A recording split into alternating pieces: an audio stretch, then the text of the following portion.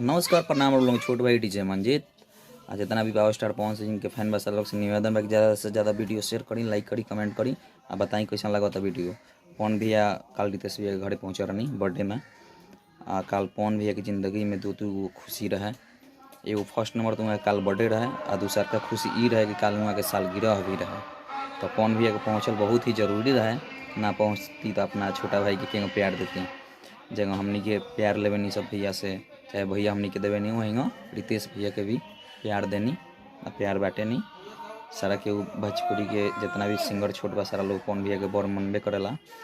यही कारण वहाँ के पहुँचनी बिहान आ फोटो में लगते बा, मगर एक बाद वाला वीडियो में हम अपलोड कर दम। वीडियो ये खाली फोटो है लगल बा। विपक्षी लोग को तो हवाई कॉल गई फोटो देखिए के तो कमेंट करी बताई कैसा लगता। ठीक बा।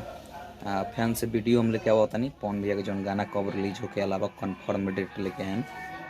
बहुत ही मज़ा आई। चलते चलते आरती इंटरटेनमेंट के आप लोग सब्सक्राइब करी, लाइक करी, कमेंट करी, बताई अपना भाई के वीडियो कैसा लागल।